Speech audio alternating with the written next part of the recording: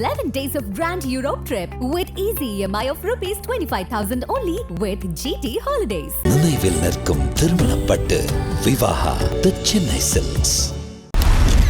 ஒரு டிக்கெட் 4 படம் உங்கள் டிஸ்னி பிளஸ் ஹாட்ஸ்டாரில். வணக்கங்க, என் பேர் ஆண்டோ மதிவாணன். நான் ஒரு கன்ஸ்ட்ரக்ஷன் கம்பெனி பிஸ்னஸ் பண்ணிகிட்ருக்கேன் 13 வருஷமாக. எனக்கு கல்யாணம் ஆகி 7 வருஷம் ஆகுதுங்க. என் ஒய்ஃப் பேர் மார்லினா. லவ் மேரேஜ், 5 வருஷம் லவ் பண்ணிவிட்டு வீட்டில் ரொம்ப கஷ்டப்பட்டு போராடி கன்வின்ஸ் பண்ணி கல்யாணம் பண்ணிக்கிட்டோம். கல்யாணம் பண்ண டேயில் இருந்து நானும் என் ஒய்ஃபும் திருவான்மையூரில் ஒரு அப்பார்ட்மெண்ட்டில் 20 வீடு இருக்கும். அந்த அப்பார்ட்மெண்ட்டில் நாங்கள் ஒரு ஃப்ளாட்டில் தனியாக வசிச்சுட்டு இருந்தோம். எங்களுக்கு 2 வருஷம் கழிச்சு குழந்தை ஒன்று பிறந்தது. இதுதான் எங்கள் லைஃப் ஸ்டைலு. நான் பல்லாவரம் எம்எல்ஏவோட சன்னுன்றதுக்காக இப்போ என் மேலே இந்த அலிகேஷன் வந்து ஐ திங்க் எல்லா அரசியல்வாதிகளும் எலெக்ஷன் டைம்ன்றனால இதை ரொம்ப பெருசாக்குறாங்கன்னு நினைக்கிறேன். எல்லார் வீட்லேயுமே வீட்டு வேலைக்கு ஆள் இருப்பாங்க. அதே மாதிரி எங்கள் வீட்டுக்கும் வேலைக்கு வெளியிலேருந்து ஆள் வருவாங்க. இல்லை நாங்கள் குறிப்பாக குழந்தை பிறந்ததுக்கப்புறம் நமக்கு கூடவே ஒரு ஆள் இருந்தால் நல்லா இருக்குமே அப்படின்ற எண்ணத்தில் ரொம்ப நாளாக தேடிக்கிட்டு இருந்தோம். அந்த மூலயமா என் ஒய்ஃபோட ஃப்ரெண்டு அவங்க மூலயமா விசாரித்து வேறு ஆள் இருந்தால் சொல்லுங்கள், குழந்தையோடு இருக்கோம், கஷ்டப்படுறோம். ஏன்னா நாங்கள் ஜாயின்ட் ஃபேமிலியோ கூட்டு குடும்பமோ கிடையாது, தனியாக தான் இருக்கோம். நான் தொழில் சார்ந்து போயிட்டு வந்துடுவேன். என் ஒய்ஃபுக்கும் அவங்க ஃபேமிலி பிஸ்னஸ் இருக்குது. குழந்தை பிறந்த உடனே அவங்க நடத்திட்டு இருந்த கடையை கூட மூடிட்டு அதுக்கப்புறம் இப்போதைக்கு வேண்டாம் அப்படின்னு சொல்லிட்டு அவங்க ஃபுல்லாக குழந்தை வளர்க்குறதுலேயே இருந்துட்டாங்க. சரி, திருப்பி பிஸ்னஸ்ஸு அது இதுன்னு அவங்க அடுத்து செய்யணும், நம்ம இதே மாதிரி இருக்கக்கூடாதுன்னு வரும்போது அடுத்து ஸ்கூலுக்கெலாம் போவாளே அப்படின்ற டைமில் நமக்கு கண்டிப்பாக ஆள் இருந்தால் தான் ஹெல்ப்ஃபுல்லாக இருக்கும். இதே மாதிரி இருக்க முடியாது. அவங்களையும் வந்து எம்பிஏ கிராஜுவேட்டை நம்ம வந்து வீட்டிலே உட்கார வைக்க முடியாதுன்னு சொல்லி ஒரு ஆள் இருந்தால் நம்ம வேலைக்கு கூட வச்சுக்கலாம் அப்படின்னு 5,000 ரூபாய் தரோம் பார்ப்போம், அடுத்து 10,000 தரோம் பார்ப்போம்னு சொல்லிட்டு 16,000 ரூபாய் சம்பளம் கடைசியாக பேசி ரேகான்ற பொண்ணு வந்தது. அந்த பொண்ணோட ஊர் வந்து உளுந்தூர்பேட்டை பக்கம்னு நினைக்கிறேன். வீட்டு வேலைக்காக நாங்கள் பேசி வர வச்சோம். என்னம்மா முடிச்சிருக்க ஏதுமான்னு சொல்லிட்டு கேட்கும்போது இந்த மாதிரி ஊர் பக்கம் இருக்கேன். நான் எப்போயுமே சாதாரணமாக கன்ஸ்ட்ரக்ஷன் கம்பெனியில் இருக்கிறனாலே ஃபேமிலி பற்றி இதுவாக விசாரிப்பேன். அப்பா என்ன பண்ணுறாங்க, அம்மா என்ன பண்ணுறாங்கன்னு. அப்பா வந்து சின்ன வயசுலேயே கொஞ்சம் மன வளர்ச்சி இல்லாமல் அவர் வந்து காணாமல் போயிட்டார். பாம்பேலேருந்து வீட்டுக்கு வரும்போது ஃப்ரெண்ட்ஸோடு வரும்போது அவர் ஏதோ ஒரு ஸ்டேஷனில் இறங்கி போனாராம், ட்ரெயின் கிளம்பிடுச்சு, அவர் கொஞ்சம் மன வளர்ச்சி இல்லாதவராக வேறு இருந்தார் அப்படின்னாங்க. இது எந்த வயசுன்னு, ஒரு 4வது 6வது படிக்கும்போது அந்த மாதிரி ஆச்சுன்ற மாதிரி சொன்னாங்க. அம்மா தான் எங்களை பார்க்குறாங்க, எனக்கு தம்பி ஒரு ஆள் இருக்காங்க. சரிம்மா, ஓகே, நீ என்ன படிக்கிற? +2 படிக்கிறேன், ஏதோ பயாலஜி குரூப் எடுத்து படித்தேன், தமிழ் மீடியம், இந்த ஸ்கூலில் படித்தேன். இப்போ என்னம்மா என்ன? இல்லை, அம்மா வந்து இங்கே சென்னையில் வேறு ஒரு வீட்டில் தான் வேலை செஞ்சுக்கிட்டு இருக்கிறாங்க. நான் மட்டும் ஊரில் இப்போ படித்து முடிச்சுட்டு லீவில் சும்மா தான் இருக்கேன். வருமானம் கொஞ்சம் கம்மியாக இருக்குது. தம்பி படிச்சுக்கிட்டு இருக்கிறான். அதனால் என்னை வந்து வீட்டு வேலைக்கு பேசாமல் நான் இன்னொரு வீடு, நான் இருக்கிற மாதிரி இன்னொரு வீடு உனக்கு சொல்லி விட்றேம்மா அப்படின்னாங்க. இந்த வீடு உனக்கு ஓகேவாம்மான்னு கேட்டேன். ஓகே தாம்மான்னு சொல்லிட்டு சொன்னான். வீட்டில் ரொம்ப பெரிய வேலைலாம் இல்லை, நானே என் ஒய்ஃபு குழந்தை தான், இவ்வளோதான் உங்களுக்கு வேலை. இந்த வீட்டுக்குள்ளார ஒரு அப்பார்ட்மெண்ட்டுக்குள்ளார என்ன வேலையோ அதுதான் வேலை. இதுக்கு மாதம் 16,000 ரூபாய் சம்பளம். எனக்கு அப்போவே அது கொஞ்சம் ஜாஸ்தியாக தெரிஞ்சது. சரி பரவாயில்ல, ஆள் கேட்டு கரெக்டாக அமைய மாட்டேங்குதுன்னு சொல்லிட்டு 16,000 ரூபாய்க்கு பண்ணுறதுனா முடிவு பண்ணிக்கமான்னு சொல்லிட்டு என் ஒய்ஃப் கிட்ட சொல்லிட்டேன். உனக்கு ஒரு ஆள் செட் ஆச்சுன்னா போதும், நம்ம அடுத்தடுத்து நம்ம வளர்ச்சியை நோக்கி நம்ம போகலாம்ல அப்படின்னு சொல்லிட்டு முடிவு பண்ணி அந்த பொண்ணை சேர்த்தாச்சு. எனக்கு தெரிஞ்சு நான் மோஸ்ட்லி வேலைக்கு போயிடுவேன், அவங்க கொஞ்ச நாள் வீட்டில் இருப்பாங்க. அவங்க கடை பிஸ்னஸோ இல்லை குடோனுக்கோ அந்த மாதிரி அவங்க அடிக்கடி போயிட்டு வர்றது உண்டு. என் ஒய்ஃபு நாட் ரெகுலர், நான் போகிற மாதிரி. இந்த பொண்ணு 2வது நாளோ 3வது நாளோ அந்த வேலை செய்கிற டைம் கொஞ்சம் நேரம் முடிஞ்சதுன்னா அது போய் உட்காந்து ஃபோன் பேச உள்ளே போகும். அதுக்கிட்ட ஒரு ஃபோன் இருந்தது. அந்த ஃபோனில் என்னம்மா நீ எப்போ பார்த்தாலும் ரொம்ப ஃபோனில் இருக்கிற, உங்கள் அம்மா வந்து ஃபோனை வந்து நைட்டு மட்டும் கொடுங்க, ஈவினிங் மட்டும் கொடுங்கன்னு தானே சொல்லிட்டு போனாங்கன்னு என் ஒய்ஃப் கேட்டிருக்காங்க. இல்லைம்மா, நான் அம்மா கிட்ட தான் பேசுகிறேன் அப்படின்னு சொல்லும்போது நம்ம ஈஸியாக வாங்கி ஃபோனை செக் பண்ணலாம்ல, நீ யார்கிட்ட பேசியிருக்கேன்னு. அதில் பார்த்தா 2-3 பசங்க பேர் இருந்தது. இதில் ஒருத்தர் யாருன்னு கேட்டேன். ஒருத்தர் வந்து லவ்வருன்னு சொல்லியிருக்காங்க. இன்னொரு ஆள் யாருன்னு கேட்டால் அவரும் எனக்கு லவ்வர் தான், ஆனால் நான் அவரை லவ் பண்ணல, அவர் தான் என்னை லவ் பண்ணுறாரு அப்படின்னு சொன்னாங்க. இது நம்ம புதுசாக இருக்குன்னு சொல்லிட்டு அந்த மெசேஜ்லாம் பார்த்தா தப்பாக இருக்குன்னு சொல்லி இவங்க கண்டுபிடிச்சிட்டு அன்னைக்கு நான் வரும்போது என்கிட்ட சொன்னாங்க. இது நீ இதை உடனே வந்து அவங்க அம்மா கிட்ட நீ இதை தெரியப்படுத்திடு. அதே டைமில் அவங்க யார் உங்கள் ஃப்ரெண்டு, என் ஒய்ஃபோட ஃப்ரெண்டுக்கும் இதை தெரியப்படுத்திடு, இது என்னன்னு கிளாரிஃபை பண்ணிவிடு. இது என்னது, இது இந்த மாதிரி இருந்தால் நாளைக்கு நமக்கு பெரிய தலைவலி அப்படின்னு. உடனே அவங்க 2 பேரையும் வர வச்சு ஒரு வாரத்தில் வர சொல்லி பேசும்போது தான் அவங்க அம்மா வீட்டுக்கு வந்தாங்க. நான் இப்போ இல்லை, பட் அவங்க வீட்டுக்கு வந்தது எனக்கு தெரியும். என்ன நடந்ததுன்றதும் யூஸ்வலாக மனைவி புருஷங்கிட்ட என்ன நம்ம ஷேர் பண்ணிக்கிறோமோ அந்த மாதிரி அவங்க என்கிட்ட ஷேர் பண்ணாங்க. அவங்க அம்மா வந்திருந்தப்ப ஊரில் ஏன் விடலை அப்படின்னா, அது ஊர்லேயே அவங்க மாமா பையன் மஞ்சுன்னு ஒரு பையனை லவ் பண்ணதாகவும், அவன் பேரை காலில் ஸ்கூல் படிக்கும்போதே +2 +1 படிக்கும்போதே காலில் வந்து அவங்க பேரை வந்து பிளேடை வச்சு இல்லை காம்பஸோ ஏதோ வச்சு அவங்க பேரை எழுதி அது வீட்டில் தெரிஞ்சு அதுக்கப்புறம் அதையே எங்கே எல்லாம் திட்டுவாங்க இல்லை ஏதோ அது பண்ணுறேன்னு சொல்லிட்டு லைட்டாக சூடு வச்சு காலையை அதை வந்து அழிச்சாச்சு. அவங்களே தான் சொன்னாங்க. யார் சொன்னா? அவங்க அம்மா சொன்னாங்க. நான் இந்த மாதிரி அதுக்காக தானே உன்னை கூப்பிட்டு வந்து ஒரு நல்ல இடத்துல இருக்கணும்னு இருக்க வைக்கிறேன், நீ இங்கே வந்து எனக்கு ஃபோன் பேசுவேன்னு பார்த்தா நீ இங்கே வந்து இந்த மாதிரி வேலை பார்க்குறிய அப்படின்னு சொல்லி அந்த ஃபோனை வாங்கிட்டு அவங்க வந்து நீ ஏதாவது பேசுறதா இருந்தா அந்த அக்கா மூலியமாவே ஃபோனில் பேசுமா, ஏங்க பத்திரமா பார்த்துக்குங்க, அவள் எதுவும் வந்து தப்பு தண்டா பண்ணாமல் பார்த்துக்குங்க, அப்பா இல்லாத பொண்ணு, ஊரில் தம்பி படிக்கிறான், அவள் சம்பாத்தியத்தையும் என் சம்பாத்தியத்தையும் வச்சு தான் நாங்கள் இப்போ வீட்டை அதோ அந்த கூரை வீடை ஓடு வீடு ஆக்கணும், இவ கல்யாணத்தை பார்க்கணும், அவனை படிக்க வைக்கணும், அவனை மேற்படிப்பு எதாவது இருந்தால் படிக்க வைக்கணும்லாம் அவங்க சொல்லிட்டு கிளம்பிட்டாங்க. அப்போ ஃபோனை அவங்களும் எடுத்துகிட்டு போயிட்டாங்க. இப்போ எப்போ பேசுகிறதா இருந்தாலும் என் ஒய்ஃப் ஃபோன் மூலயமா தான் இவங்களும் பேசி ஆகணும். இதுதான் சிச்சுவேஷன். அது ஆனால் இவங்க வந்து வந்தவுடனே எனக்கு வேலை பிடிக்கல நான் கிளம்பிடுறேன்னு சொன்னது எல்லாம் வந்து சில விஷயம் வேலை தெரியலன்னாங்க. வேலை தெரியலன்றத வந்து என் ஒய்ஃப் வந்து புதுசாக வந்த பொண்ணு உடனே எல்லா வேலையும் தெரியாது. இப்போ ஒரு ஒரு ஒரு ஃப்ரான்ச்சைஸ் ஹோட்டலுக்கு போகிறோன்னா ஒரு 10 பிரான்ச் இருக்குன்னா அவன் 10 பிரான்ச்லேயும் ஒரே டைப் டேஸ்ட் ஃபுட்டு இருக்கிற மாதிரி எங்கள் வீட்டுக்குன்னு ஒரு ஸ்டைல் இருக்குது, என் ஒய்ஃப் குக்கிங் ஸ்டைலுன்னு இருக்குது. நாங்கள் அதுக்கு முன்னாடி பெருசாக மெய்டெல்லாம் இல்லை. ஸோ அவங்க சமைக்கிறது, ஸோ இந்த சட்னி இப்படி தான் அரைக்கணும், இந்த சாப்பாடு இப்படி தான் சமைக்கணும்னு அவங்களுக்கு எல்லாமே கொஞ்சம் கொஞ்சமாக கற்றுக் கொடுக்கும்போது அவங்களுக்கு கொஞ்சம் சிரமம் இருந்தது. இது எப்படி கற்றுக்கிறது, இதே மாதிரி எப்படி செய்கிறதுன்னு வரலையேண்டு. அதில் நிறைய வேஸ்ட்டாலாம் கூட ஆச்சு. அதெல்லாம் மீறி அந்த பொண்ணு கற்றுக்க நல்லா சமைக்கவும் ஆரம்பிச்சிருச்சு. நான் நிறைய தடவை சொல்லியிருக்கேன், நீ நிறைய என் ஒய்ஃபும் சொல்லியிருக்காங்க, நீ நல்லாவே சமைக்க ஆரம்பிச்சுட்ட, நீ வெளியில் போனால் பெரிய செஃப் ஆகிடுவ அப்படின்ற அளவுக்குலாம் நாங்கள் என்கரேஜ் பண்ணியிருக்கோம். அவங்கள கூப்பிட்டுட்டு அவங்க ஊர் வழியாக போய் இதுதான் ஊர் இதுதான் கிராமம்னாங்க. அப்புறம் ஸ்கூலுக்கு போனோம். இங்கேருந்து போகும்போது 3:30 ஆயிடுச்சு, ஸ்கூல் முடிய போகிற டைமு. அன்றைக்கி நாங்கள் லஞ்சு கூட இங்கேருந்து கொஞ்சம் கிளம்பலாம் லேட் ஆகிடுச்சுன்னு சொல்லிட்டு சாப்பிடாம அங்கே போனோம். போயிட்டு அந்த சர்டிஃபிகேட் வாங்கும்போது அந்த ஸ்கூலில் வந்து ஒரு வாத்தியார் கூட அப்போ நானும் இருந்தேன்.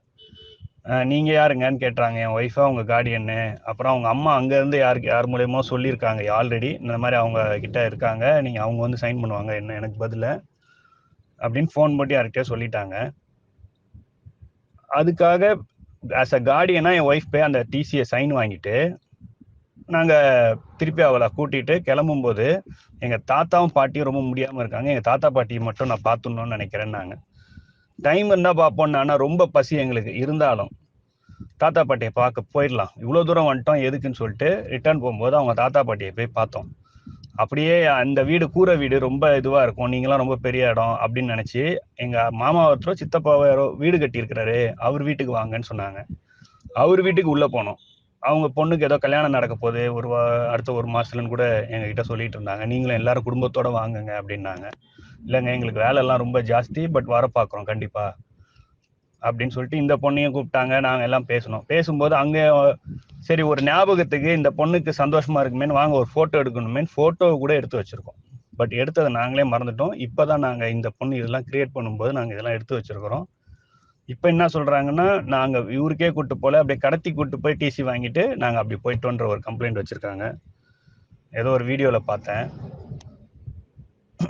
மனசே கேட்கலங்க. ஒரு நாள் கீரை வாங்கிட்டு இருக்கும்போது இந்த பொண்ணு கீழே போனவ காணுமேன் பால்கனிலேருந்து எட்டி பார்க்கும்போது அங்கே காணும். அவங்க கொஞ்ச நேரம் சைடில் போய் எங்கேயோ நின்றுட்டு இருந்தாங்க. எதுக்கு சைடில் போய் நின்றுட்டு இருக்கேன்னு என் ஒய்ஃப் கேட்கும்போது தான் தெரியுது, ஃபோன் வாங்கி பேசினேன். இது ஃபோன் வாங்கி யார்கிட்ட பேசினேன்னு, பாய் ஃப்ரெண்டு கிட்ட பேச. இந்த பொண்ணு 7 மாசமா நாங்கள் குடும்பப்படுத்துறோம் இன்னைக்கு சொன்னா, எதுக்குங்க ஃபோனை வாங்கிட்டு போய் பாய் ஃப்ரெண்டு கிட்ட உட்காந்து பேசணும்? அவங்க அம்மா கிட்ட பேசலாம், இல்லை அவங்க பாய் ஃப்ரெண்டு கிட்டயே பேசி நான் இவ்வளோ கஷ்டப்படுறேன் இவ்வளோ குடும்பம் பண்றேன்னு சொல்லலாம். அதோட காதல் அந்த வயசு கோளாறு அப்படிதான். நான் நிறைய அட்வைஸ் பண்ணியிருக்கேன், இந்த வயசை தாண்டி வந்துருமா, நானும் உங்களை தாண்டி தான் வந்திருக்கேன், நாங்களும் லவ் மேரேஜ் தான், நீ லவ் பண்றன்னா லவ் பண்ணு. அவனும் படிக்கிறானா இல்லை என்ன பண்றான், அவன் படிச்சுட்டு இருக்கான், அப்போ அவனும் படிச்சு பெரிய ஆகட்டும், நீயும் இங்கே வேலை செஞ்சுக்கிட்டே இது பண்ணு, உங்க அம்மாவுக்கும் கஷ்டம் இல்லாமல் போயிடும், அதுக்கப்புறம் பார்த்துக்கோங்கன்னா நான் நிறைய சொல்லியிருக்கேன். அந்த லவ் ஃபீலிங்ல ரொம்ப ஊண்டாயிட்டாங்க. இது ஒரு பக்கம். நாங்க இந்த ஆள் பிடிக்கும்போது அந்த பாய் ஃப்ரெண்டு மூலயமா நான் சொன்னா உங்களுக்கு 3-4 பசங்க வருவாங்கன்னாங்க. சரி பசங்க வந்தா பரவாயில்லன்னு அப்பதான் என் ஒய்ஃப் அந்த பையனுக்கு வந்து நம்பர் எடுத்து சொல்லி பேச வச்சு, அந்த மாதிரி அனுப்புறியாப்பா பசங்களன்னும் போது அந்த பையன் கரெக்டா சொன்ன மாதிரியே 3-4 பேரை வந்து கோயம்பேடு பஸ் ஸ்டாண்டுக்கு அனுப்பிட்டான். இது எல்லாத்துக்கும் எங்ககிட்ட வாட்ஸ்அப் ப்ரூஃப் எல்லாமே இருக்கு. அப்ப அனுப்ப ஆரம்பிக்கும் போது அந்த பையன் வந்து என் ஒய்ஃப் ஃபோனுக்கு இந்த பொண்ணுகிட்ட பேசுற மாதிரியே, நீ எப்படிமா இருக்க, நல்லா இருக்கியாமா, இப்படின்லாம் அவங்களுக்குள்ளார பேசிக்கிட்டாங்க. இவங்களும் அந்த பையனா அனுப்புவோம், அந்த பையன் நல்ல பையனா இருக்கானேன்னு இவங்களும் அவங்களோட நல்லா பேச ஆரம்பிச்சிட்டாங்க. அந்த வந்த பசங்களுக்கு நாங்கள் ரூம் எடுத்து கொடுத்து தங்க வச்சோம். இந்த மேட்ரு எங்க அம்மாவுக்கு தெரிய வேணாம், தெரிய வந்தா தப்பா போயிடும் அப்படின்னு அவங்க கேட்டுக்கொண்டதாலையும், நமக்கும் சரி தொழிலுக்கு வேலைக்கு இப்போ கரெக்டாக 1 மாதம் இதுக்கு ஒரு ஆள் வந்துட்டு போகிறாங்களேன்னு சொல்லிட்டு நாங்களும் அதை பெருசாக கேர் எடுத்துக்காம, ஆமாம் தெரியாத மாதிரி பார்த்துக்கலாம் இந்த பசங்க கிட்டேயும் அலர்ட் பண்ணிட்டோம். ஊரில் அவங்க அம்மாவுக்கு தெரிய வேணாம்ப்பா ரேகா மூலயமா வர்றதுன்னு. அந்த பசங்க கடைக்கு வரும்போதும் இந்த பொண்ணை நான் கடைக்கு கூட்டு போகிறதும் ரொம்ப சகஜமாக நவம்பர் டிசம்பரில் இந்த வேலை நடந்துகிட்டு இருந்தது. அதுக்கு அந்த 3 பசங்களும் சாட்சி. அப்போ அவங்களுக்கு கஷ்டம்னா அவங்க கிட்ட சொல்லியிருக்கலாம், பாய் ஃப்ரெண்ட் கிட்ட ஃபோனில் பேசும்போது பாய் ஃப்ரெண்ட் கிட்ட சொல்லியிருக்கலாம். நாங்கள் கடைக்கும் கீழேயும் அனுப்பும்போது பஸ் ஸ்டாப்பும் எங்கள் வீட்டுக்கும் ரொம்ப பெருசு இல்லை, 20 வீடு இருக்குது, செக்யூரிட்ட சொல்லலாம், இவங்க கிட்ட சொல்லலாம். அவங்களுக்கு அவ்வளோ கஷ்டம், நாங்கள் டார்ச்சர்லாம் இப்போ அவங்க கிரியேட் பண்ணுறதெல்லாம் அன்னைக்கே அவங்க எல்லாமே சொல்லியிருக்கலாம். சுற்றி போட்டு ராத்திரி அனுப்பி எரிக்க வைப்போம். ஏன்னா அதில் ஒரு நம்பிக்கை, லைக்கு குழந்தை இருக்கு யாருக்கணும் பற்றக்கூடாதுன்னு சொல்லிட்டு நல்லா சுற்றி போட்டு அவளை அதை கீழே போய் எரிய வச்சுட்டு வாமான்னு சொல்லுவோம். அவங்க கீழே போயிட்டு தைரியமாக போயிட்டு வருவாங்க.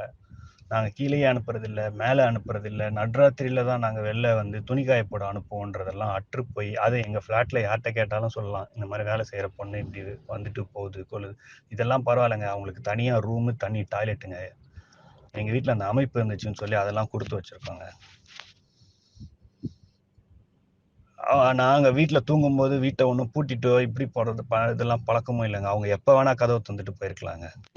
சில நாள் நாங்கள் வீட்டில் வேலை கொஞ்சம் ஜாஸ்தியாக இருக்குது, இதெல்லாம் நீ இப்போ துணிக்காயை போட்டுட்டு நாங்கள் வேலைக்கு போயிடுவோம், வேலை உனக்கு ஒன்றும் பெருசாக வேலை இல்லைன்னா நீ வீட்டில் இருமா, டிவி பாருமா அப்படின்னு சொல்லிட்டு எங்கள் பெட்ரூம் லாக்கை எங்கள் சேஃப்டிக்கு லாக் பண்ணிவிடுவோம். ஏன்னா உள்ளே இருக்கிற திங்ஸு பர்சனல் திங்ஸ் எதுவும் மிஸ் ஆகிடக்கூடாதுன்னு சொல்லிட்டு பெட்ரூம் லாக் பண்ணிட்டு போயிடுவோம். அப்போ கூட அவங்க வந்து தாராளமாக கிளம்பி போயிருக்கலாம். அப்படி போகணுன்னா எங்கேயும் போல, இங்கேயே தான் இருந்தாங்க. 25ஆம் தேதி டிசம்பர் எனக்கு பிறந்த நாள்னு சொன்னாங்க. கரெக்டாக சீசன் முடிஞ்சிச்சு. அந்த பசங்களுக்கு அந்த பொண்ணு ஹெல்ப் பண்ணது இது எல்லாத்தையும் பார்த்து என் ஒய்ஃபுக்கு மனம் மாறி அந்த பொண்ணுக்கு ஏதாவது ஒரு ஃபேவர் மாதிரி ஏதாவது ஒரு ஹெல்ப் மாதிரி பண்ணணும்னு சொல்லிட்டு யோசிச்சு அவங்களுக்கு புதுசாக ட்ரெஸ்ஸு, ஸ்லிப்பரு, கோல்டு இது எல்லாம் வாங்கி கிஃப்டாக ரெடி பண்ணி கேக்கு வாங்கி கட் பண்ணும்போது என் ஒய்ஃப், அவங்க சிஸ்டர், குழந்தைங்க எல்லாரும் சேர்ந்து நின்று அவளுக்கு பர்த்டே கொண்டாடி கேக்கு வெட்டி அவ்வளோ செலிப்ரேட் பண்ணோம். அதுக்குரிய வீடியோ எவிடன்ஸும் நாங்கள் எடுத்து வச்சிருக்கிறோம். அந்த பொண்ணு அங்கே தான் இருந்து. இது இல்லாமல் அந்த பையன் பேசிக்கிட்டு இருந்தால பிறந்த நாளைக்கு என்னோட லவ்வரை பார்க்கணுன்னு அவன் ஆசைப்பட்டதன் பேரில் இந்த பொண்ணும் எப்படியாவது பார்த்துட்டா எனக்கு ரொம்ப சந்தோஷம்தான்க்கா அப்படின்னு அந்த பொண்ணு சொல்லி அந்த பையனை வர வச்சு, நீ வீட்டுக்கு வர வேணாம்ப்பா, வந்தால் தப்பாக போயிடும் அப்படின்னு சொல்லி அவன் வந்து நான் பீச்சில் மேலே மீட் பண்ணுவேன்னு சொல்லி அவனை பீச்சுக்கு வர சொல்லி என் ஒய்ஃபு கூட்டிகிட்டு போய் ஒரு 20 நிமிஷம் ஒரு 1/2 hour அவங்க 2 பேரையும் பீச்சில் தனியாக பேச விட்டுட்டாங்க. இதில் ஐஸ்கிரீம் வேற வாங்கி கொடுத்துட்டு இவங்க தனியாக போய் நின்றுருக்காங்க. அவங்க 2 பேரும் பேச ஆரம்பிச்சிருக்காங்க. இது என்னைக்கு நடந்துச்சுன்னா 25ஆம் தேதி 24 நைட்டு 12 மணி 25ஆம் தேதி நடுராத்திரி. இதுக்கு மேலே ஒருத்தங்க என்னங்க பண்ண முடியும்? அப்போ கூட அவங்க அவ்வளோ கஷ்டம் தான் சொல்லியிருக்கலாங்க. அதை முடிச்சுட்டு 1ஆம் தேதி நியூ இயர் அன்னைக்கு பாலை காய்ச்சி சுண்ட வச்சு கவனிக்காம பொங்க வச்சு அந்த அந்த பர்னரு அந்த இதெல்லாம் வந்து எரிஞ்சு போய் நெருப்பாகி என்னது ஃபுல்லாக பாத்திரம்லாம் வேஸ்ட்டாக போய் இதுவாகிடுச்சிங்க. மனசே இல்லைங்க 1ஆம் தேதி அதுவுமா இந்த மாதிரி இது பண்ணிருச்சேன்னு சொல்லிட்டு என்ன பண்ணுறதுன்னு தெரியல. அன்னைக்கு தான் கோவப்பட்டு ரொம்ப கடுமையாக ஒய்ஃப் வந்து இந்த வீடே விளங்காமல் போயிடும், இந்த வருஷமே இப்படி ஆயிடுச்சின்னு சொல்லிட்டு அவங்க அவ்வளோ டென்ஷனில் வந்து பிடிச்சி சத்தம் போட்டு திட்டிகிட்டு இருந்தாங்க. நான் 1ஆம் தேதி அதுவுமா கத்தாத, குழந்தை இருக்குது, கம்முனு என்ன பண்ணுறது, இதை பேசாமல் அனுப்புகிறேன்னா அனுப்பி விட்டுரு, இது இல்லை வேலைக்கு ஆகாது, இது இப்படி பண்ணிருச்சு, இல்லை இந்த வீடே போச்சு, அவ்வளோதான், நம்ம என்ன ஆக போகிறோமோ தெரிலன்னாங்க. இன்னைக்கு தான் அன்னைக்கு நான் யோசிக்கல, இன்னைக்கு யோசிக்கிறேன். 1ஆம் தேதி பண்ண வேலை நான் இன்னைக்கு எங்கே வந்து நின்றுட்டு இருக்கிறேன்னு சொல்லிட்டு எனக்கு அவ்வளோ மூட நம்பிக்கை இல்லை. இப்பவும் இருக்கக்கூடாதுன்னு நினைக்கிறேன், ஆனால் தெரியல. என் ஒய்ஃப் ரொம்ப சாமி பக்தியா. என் மாமனார் வந்து வருஷம் ஆனால் ஒரு 1000-2000 பேருக்கு கோயிலுக்கு நடந்து போகிறவங்களுக்கு தானம் தர்மம் எல்லாம் பண்ணுவார். எங்கள் அப்பாவை பற்றி சொல்லவே வேணாம். யார்கிட்ட கேட்டாலும் எனக்கு செஞ்சதை விட 100 மடங்கு அதிகமாக பப்ளிக் சர்வீஸ் தான் பண்ணியிருப்பார். இந்த மாதிரி பேக்ரவுண்ட்லேருந்து வரோம், இந்த சம்பளம்னு பேசுகிறோம். அவங்க சம்பளம் வேணான்னு அவங்க அம்மா சொன்னாங்க. ஒரு செமஸ்டர் முடிஞ்சு போச்சு, அதுக்கு ஃபீஸு எல்லாமே எடுத்து அனுப்பிட்டோம். அவங்க அம்மா நடுவில் 2 லட்ச ரூபாய் நீங்கள் ஃபீஸுன்னு சொன்னீங்களேன்னு சொல்லிட்டு எங்ககிட்ட ஆரம்பித்தாங்க. அந்த 2 லட்ச ரூபாய் விஷயத்தை தான் இவங்க வந்து இப்போ வரைக்கும் ரொம்ப பெருசாக்கிக்கிட்டே சொல்லிக்கிட்டே இருக்காங்க. 2 லட்ச ரூபான்றது நான் தான் சொன்னேன், 2 லட்சம்ன்றது 3 வருஷத்துக்கும் சேர்ந்து வர ஃபீஸ். ஒரு டேர்ம் 25,000 ரூபாய், 6 டேர்ம் 1.5 லட்ச ரூபாய், 50,000 ரூபாய் கிட்ட டொனேஷன் அண்ட் கமிஷன் சார்ஜ் வருதுங்க அப்படின்னு சொன்னேன். யாரும் வீட்டில் உட்காந்துட்டு ஒரு சீட்டு வாங்கும்போது ஒரு கமிஷன் சார்ஜ் டொனேஷன் சார்ஜ் இல்லாமல் பண்ண முடியாதுங்க. அது இந்த பொண்ணுக்கு நல்லா தெரியுங்க. 2 லட்ச ரூபா ஆகுதுங்கன்னு சொல்லிட்டு சொன்னேன். அதில் என் ஒய்ஃப் இவங்க வந்து பொங்கல் டைம் போகும்போது எத்தனை மாதம் இவங்க வேலை செஞ்சாங்க, பேலன்ஸ் கணக்கு ஏதாவது இருக்கான்னு கேட்டாங்க. அப்போ நாங்கள் கேட்கும்போது ஏதாவது காசு வேணுமா அப்படின்னும் போது, இல்லை காசெல்லாம் எங்களுக்கு இப்போ ஒன்றும் அர்ஜென்ட் இல்லை, அவள் நல்லா படித்தா போதும் அப்படின்னாங்க. சரி பொங்கலுக்கு அனுப்பி வைக்கலாமா. அனுப்பி வைக்கும்போது ஒரு 5,000 ரூபாய் கவரில் போட்டு நான் கொடுத்துட்றேன், 20,000 ரூபாய் கொடுக்கவான்னு கேட்டார். எதுக்கு ஃபீஸில் எல்லாத்தையும் மைனஸ் பண்ண சொல்லும்போது எதுக்கு 20,000, ஒரு 5,000 ரூபாய் கொடு போதும்னு சொல்லிட்டு 5,000 ரூபாய் கவரில் போட்டு வீட்டில் போய் கொடுத்துரு. ஊருக்கு போகும்போது அவங்க தாத்தா பாட்டி இவங்களுக்கெல்லாம் வேட்டி சேலை, அவங்க அம்மாவுக்கு சேலை, இது எல்லாத்தையும் வாங்கிட்டு பொங்கல் அன்னைக்கு இல்லைங்க, போகி அன்னைக்கு 14ஆம் தேதி நாங்கள் காலையில் கிளம்பி மத்தியானம் போய் ஜூனியர் குப்பனால சாப்பிட்டுட்டு விழுப்புரத்தில் டீ பார்ட்டி ஹால்னு ஒரு கடை இருந்துச்சு, அங்கே டீ சாப்பிட்டு அங்கே இறங்கி பூனை கூட அந்த பொண்ணு விளையாண்டுட்டு இருந்தது முடிச்சுட்டு நேராக போய் உளுந்தூர்பேட்டையில் அவங்க வீட்டில் போய் இறக்கும்போது ரொம்ப மருதாணி வளையல் எல்லாமே சேர்த்து அது ஒரு பெரிய அமௌண்ட் இல்லையே, சின்ன அமௌண்ட்டு தானேன்னு சொல்லிட்டு அதை வாங்கி கொடுத்துட்டு நாங்கள் கொண்டுட்டு போய் அவங்க வீட்டில் போய் விட்டாச்சுங்க. ஒரு 8:30-9 மணி இருக்குங்க. அன்றைக்கி டே வந்து 14ஆம் தேதி. அவங்க ஒரு தங்கத்தில் மூக்குத்தி கூட போட்டுட்டு இருந்தாங்க. எல்லா இடத்துலையுமே கம்ப்ளைண்ட் எல்லாம் சொல்கிறது எல்லாமே 15ஆம் தேதி தான் நான் வந்து விட்டேன் பொங்கல் அன்னைக்குன்றாங்க. நான் விட்டது 14ஆம் தேதி. விட்டுட்டு நான் சேலம் ரேடிசனுக்கு போயிட்டேன். அதை முடிச்சுட்டு கல்வராயன் ஹில்ஸில் என்கிட்ட வேலை செய்கிறவரோட தோட்டம் ஒன்று இருக்குது, அவர் வீடு அங்கே.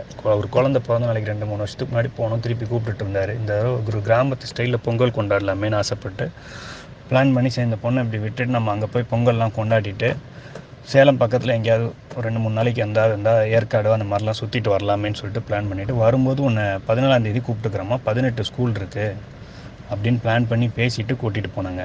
ஆனால் இவங்க நாங்கள் 14 விட்டுட்டு அந்த கல்வராயனில் நாங்கள் 15ஆம் தேதி பொங்கல்லாம் கொண்டாடுற வரைக்கும் இந்த பொண்ணு எங்ககிட்ட நல்லா பேசிகிட்டு இருந்துச்சு, பொங்கல் விஷ் பண்ணிச்சு. ரொம்ப சொல்லப்போனால் நான் கூட்டிகிட்டு போய் விடும்போது அந்த பொண்ணு கையில் மருதாணி இல்லைங்க. இப்போ நான் பார்க்குற வீடியோலலாம் அந்த பொண்ணுக்கு மருதாணி இருக்குது. ஒரு பொண்ணை நாங்கள் சித்திரவதை பண்ணி கொடுமை பண்ணி கொண்டுட்டு போய் விட்டதுக்கப்புறம் யாராவது வீட்டில் மருதாணி வச்சு பொங்கல் கொண்டாடி முடிச்சுட்டு அதுக்கப்புறம் போய் 16ஆம் தேதி போய் கம்ப்ளைண்ட் கொடுப்பாங்களா? நாங்கள் திருப்பி 16ஆம் தேதி கூட்டிகிட்டு வந்தால் கூட்டிகிட்டு போயிடுவோம்னு சொன்ன ஒரு இதில் தப்பிக்கிறதுக்காக அது வரவே பிடிக்கல எங்களுக்கு, வேறு இதான் ரீசன்னு சொல்லிட்டு எங்களுக்கு கொஞ்சம் புரிகிற மாதிரியோ இல்லை ஸ்ட்ரிக்டாவோ இல்லை முன்னாடி ஏதோ ஒன்று சொல்லியிருந்தால் எங்களுக்கு இதை நாங்கள் ஈஸியாக அன்றைக்கே விட்டுருப்போம். ஏன்னா எங்களுக்கு இது செட்டான பொண்ணுன்றாலும் இந்த பொண்ணு வரணுன்றது என் ஒய்ஃபுக்கு ஒரு ஆசை. திருப்பி இன்னொரு ஆள் இப்போ அடுத்து கல்யாணம் வேலைங்க இருக்குது, ஸ்கூலு ரொம்ப சீசன், அடுத்து ஃபெப்ரவரிலாம் லீவே கிடையாது. இந்த மாதிரி சீசனில் வந்து இன்னொரு ஆளை நம்ம ரெடி பண்ணுறது கஷ்டம். தொழில் சார்ந்த வேலைங்கெல்லாம் வேறு அதிகமாக இருக்கும். தை மாதம் ஆரம்பிச்சிருச்சுன்னா இப்போ வந்து நம்ம இந்த பொண்ணை விட முடியாதுன்றதில் அவங்க கொஞ்சம் ரொம்ப ப்ரெஷர் கொடுத்தாங்க. இல்லை வந்துருன்னு அவங்க ஓவராக ப்ரெஷர் கொடுக்கவும் அவங்க உடனே அவங்க பாட்டி கீழே விழுந்துட்டாகவும் தலையில் அடிபட்டதாகவும் அவங்க காவாயில் விழுந்து அப்படி ஆயிடுச்சுன்னு சொல்லி எங்ககிட்ட சொல்லி ஃபோனில் பேசிகிட்டு இருக்கும் போதே சொன்னாங்க. எல்லாமே ஒரு மாதிரி அழுகிற மாதிரி பண்ணாங்க. எனக்கு வேலைக்காரங்க அதிகமாக வச்சு பார்க்கனால எனக்கு அந்த சந்தேகம் இருந்தது, பாட்டி விழுந்திருக்க வாய்ப்பு இல்லையே, எதுக்கு இப்படி சொல்கிறாங்கன்னெலாம் கேட்டுட்டு இருந்தேன். என் ஒய்ஃப் அப்படின்னா உடனே ஹாஸ்பிட்டலுக்கு பக்கத்தில் கூப்பிட்டு போங்க, ஹாஸ்பிட்டலில் எனக்கு யார்ட்டையாவது ஃபோனை கொடுங்க, நான் எவ்வளோ பேமெண்ட்டோ நானே கூட பண்ணிடுறேன், ஃபஸ்ட்டு என்னன்றதை பாருங்கன்னாங்க. ஹாஸ்பிட்டலுக்கு போயிட்டு உங்களுக்கு பேசுகிறேங்கான்னு ஃபோனை வச்சு அவங்க அதோட பேசவே இல்லை. அதை கிளாரிஃபை பண்ணுறதுக்காக அவங்க பாய் ஃப்ரெண்டுக்கு அடித்து பேசணும். அவன் பாய் ஃப்ரெண்டும் கொஞ்ச நேரம் ஒழுங்காக பேசின பையன் அதுக்கப்புறம் இருங்க எங்கள் அண்ணன்கிட்ட தரேன்னு சொல்லிட்டு கொடுத்துட்டான். அந்த அண்ணனும் யாரோ பேசும்போது தான் என் ஒய்ஃப் கிட்ட வந்து நீங்கள் கொடுமைப்படுத்திருக்கீங்க, இந்த கேஸ்ட் ரீதியாக பேசியிருக்கீங்க, உங்கள் எம்எல்ஏ இதுன்னு அவங்க என்னென்னமோ பேச ஆரம்பிச்சு, நீங்கள் பாருங்கள் நீங்கள் யாருங்க இதெல்லாம் பேசுகிறீங்க, எதுக்கு இதெல்லாம் பண்ணுறீங்கன்னு இவங்க திருப்பி பேச ஆரம்பிச்சிருக்கிறாங்க. அந்த கான்வர்சேஷன் இழுத்துக்கிட்டே போயிருக்கு. இவங்களுக்கு எப்படின்னா எப்படியாவது பேசி கன்வின்ஸ் பண்ணி அந்த பொண்ணை வர வச்சிடணும். யாரோ அந்த பொண்ணு மனசை மாற்றுறாங்க. அந்த பொண்ணு நம்மனா ஓடி வந்துடும். அது நம்ம வீட்டில் ஜாலியாக தான் இருந்துச்சு. அதுக்கு நம்ம என்ன செய்யலை, படிக்கவும் வைக்கிறோம், சம்பளம் நாளைக்கு 3 வருஷம் படிக்க வச்சு இதை வந்துருச்சுன்னா அந்த சம்பளத்தை கூட நாங்கள் மொத்தமாக அவங்ககிட்ட அந்த இது பண்ண மாட்டோம், மொத்தமாக கூட கொடுத்துட்றோம்லாம் அந்த பொண்ணுக்கு ஆல்ரெடி சொல்லியிருக்கோம். அவங்களுக்கு அது நல்லாவே தெரியும். அதெல்லாம் செய்வீங்கக்கா. ஏன்னா 100 பேருக்கு கூப்பிட்டு இப்போ தான் கிறிஸ்மஸ்க்கு எல்லாருக்கும் துணிமணி ட்ரெஸ்ஸு சாப்பாடுன்னு எடுத்து கொடுத்து அவங்க எல்லாரையும் பார்க்குறதெல்லாம் அந்த பொண்ணுக்கு தெரியும். அப்படி செய்யும்போது என்னை மட்டும் விட்டுருவீங்களா? அதுவும் அண்ணனோட அப்பாலாம் இவ்வளோ செய்கிறாங்கன்னு நியூஸ்லலாம் பார்த்துருக்கு, நான் நிறைய காட்டியிருக்கேன், அதெல்லாம் ஒன்றும் இல்லைக்கான்னு. ஆனால் ஊரில் அவங்க அந்த பாய் ஃப்ரெண்டு விஷயமா இல்லை என்ன ஏதுன்னு எனக்கு இப்போ வரைக்கும் சரியாக புரியலைங்க, என்ன பிரச்சனைன்னு. எனக்கு ஒரு பர்சன் கூட அந்த பொண்ணு மேலே பெருசாக பிரச்சனை இல்லை.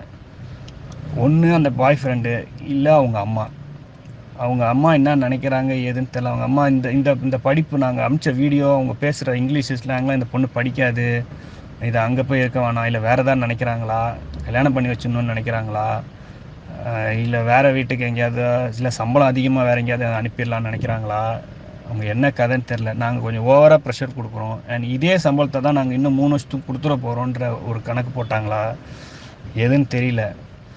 அனுப்ப முடியாதுன்னா அனுப்ப முடியாது, எதுங்க தொந்தரவு பண்ணுறீங்கன்னு அப்படி அந்த லெவலுக்கு பேச ஆரம்பிச்சு, என்னங்க இப்படிலாம் பேசுகிறீங்கன்னு பேசி இந்த ஆர்குமெண்ட்டு பெருசாகி அவங்க வேறு யார்கிட்டையோ கொடுத்து நாங்கள் இதை மேக்ஸிமம் இதை எப்படியாவது சரி கட்டி அந்த பொண்ணை கூப்பிட்ருக்கணும் அப்படின்னு நாங்கள் நினைக்க போய் அவங்க அடுத்து ஹாஸ்பிட்டலுக்கு போயிட்டதா அடுத்த நாள் எங்களுக்கு நியூஸ் வந்துச்சு. அது பாட்டியாக இந்த பொண்ணான்னு கேட்கும்போது அந்த பாய் ஃப்ரெண்டும் ஃபோன் எடுக்கலை. அப்புறம் எந்த பையன் வந்து எனக்கு எங்கள் கடைக்கு வந்து வேலை செஞ்சானோ அந்த பையனுக்கே நாங்கள் ஃபோன் அடித்து கேட்டதுக்கு அவன் எடுத்தோன்னே சொன்னான் ஹாஸ்பிட்டலுக்கு போயிருக்கிறது உண்மைதான்னு. ஆனால் அந்த பொண்ணா மாமியாரான்னு சொல்லுப்பான்னு சொல்கிற டைமில் அவனும் திருப்பி அடுத்த ஃபோனை பிளாக் பண்ணிட்டான். என்னடா இது எல்லாருமே பிளாக் பண்ணிக்கிறாங்களே, இதை எப்படி மூவ் பண்ணுறதுன்னு தெரியலையேன்னு யோசிச்சுட்டு இருக்கும்போது வேறு யாரை காண்டாக்ட் பண்ணுறதுன்ற டைமில் நாங்கள் அடுத்த நாள் ஏற்காடு மேலே போகிறதுக்கு நாங்கள் மேலே போயிட்டு ஏற்காடு சுற்றிட்டு மேலே போனதுக்கு திருப்பிலாம் ஃபோனை ட்ரை பண்ணோம், நிறைய அடித்து பார்த்தோம், ஒன்றும் லைன் கிடைக்கல, யாரையுமே ரீச் பண்ண முடியல. திருப்பி கீழே வந்து ஹோட்டலுக்கு வந்ததுக்கப்புறமா தான் தெரியும் நியூஸில் ஏதோ ஸ்க்ரோல் ஆகுது, ஏதோ பொண்ணு வீடியோ அந்த மாதிரி எம்எல்ஏ பையன் இதை மிரட்டுறாங்க அந்த மாதிரிலாம். எங்களுக்கு அது ஒன்றுமே புரியல. என்னடா இப்படிலாம் சம்மந்தம் இல்லாமல் அப்பா பேரை உள்ளே இழுக்கிறாங்க, அவர் எவ்வளோ பேருக்கு தானம் தர்மம் இதெல்லாம் உட்காந்து செஞ்சிட்ருக்கிறாரு, நம்ம எவ்வளோ பேரை பார்த்துட்ருக்குறோம், இந்த பொண்ணு நீயே செட்டானால் நல்லா இருக்குமே, நம்ம கொஞ்சம் ஆசைப்பட்டது இது முடியலன்றதே எங்களுக்கு வேறு மாதிரி அவங்க சொல்லி புரிய வச்சுருக்கலாம். அவங்க என்ன நினச்சி பயந்தாங்களோ என்ன இது பண்ணாங்களோ எங்களுக்கு தெரியல. இப்போ எங்கள் நிலைமையே மோசமாக இருக்கிற மாதிரி எங்களை எத்தனை பேர்கிட்ட வந்து விசாரித்தாலும் சொல்லுவாங்கங்க நாங்கள் யார் நாங்கள் எப்படின்னு சொல்லிட்டு. 3 பேர் இருக்கிற வீட்டில் என்னங்க பெருசாக வேலை இருக்க போகுது? 20 பேர் அப்பார்ட்மெண்ட்டில் உள்ள வீட்டில் இருக்கிறோம்.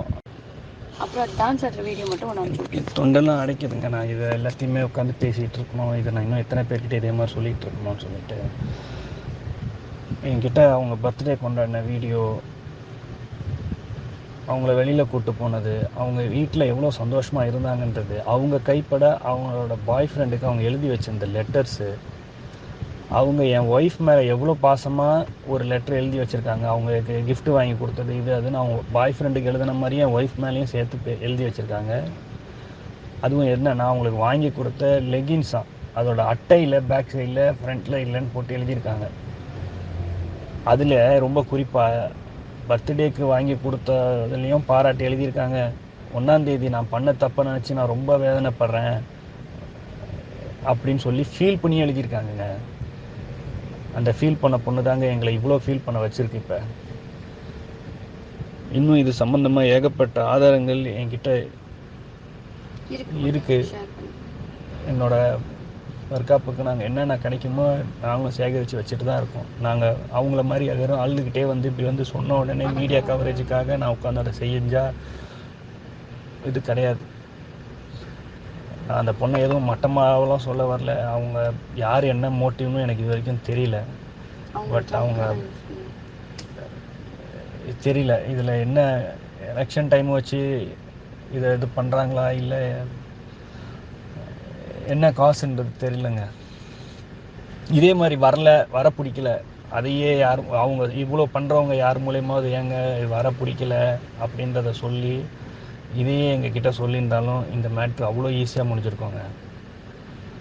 நான் இன்னார் பேசுகிறேங்க, நான் இவருங்க, நான் அவருங்கன்னு ஏதாவது ஒன்று சொல்லி போஸ்ட் பண்ணக்கூடாதுங்க. தப்புங்கன்னு சொல்லி இது பண்ணியிருந்தா நான் அடுத்த நிமிஷம் வேணான்னா சரி ஓகே அப்படின்னு சொல்லி நான் விட்டுட்டு போயிருப்பேங்க. என்னை பிடிக்க முடியலங்க, நாங்கள் விஐபி இதாதுன்னு சொல்கிறாங்களேங்க, கூகுளில் நான் இதில் நெட்டில் போட்டால் நாங்கள் யார் என்னன்னு தெரியும், யார் மூலயமா ஒரு முயற்சி பண்ணியிருக்கலாம்லாங்க இந்த மாதிரின்னு சொல்லிட்டு. டைரெக்டாக மீடியா போய் பேரை கெடுக்கணுன்றது மட்டும்தான் உங்களுக்கு நோக்கமா? அந்த பொண்ணு வரதுக்கு முன்னாடியே காலில் அடிபட்டுட்டு வந்துட்டு இருக்கும்போது இப்போ உடம்பு காயங்கள்லாம் ஏகப்பட்டது இருக்குன்னு சொல்லும்போது எல்லாத்துக்குமே எப்படிங்க நாங்கள் பலிகடாக முடியும்?